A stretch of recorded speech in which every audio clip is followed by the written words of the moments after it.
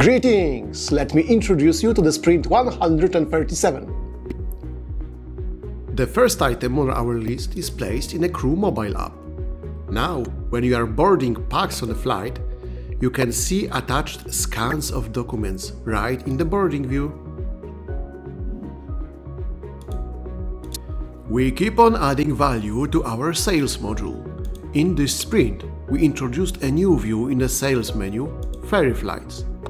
In this view, you are able to define a desired price for your upcoming empty legs. Once set, those prices will be then available in our API used by external marketplaces. SCAD module also received a few updates.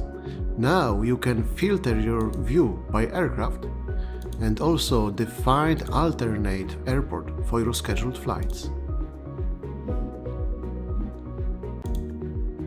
And one last thing.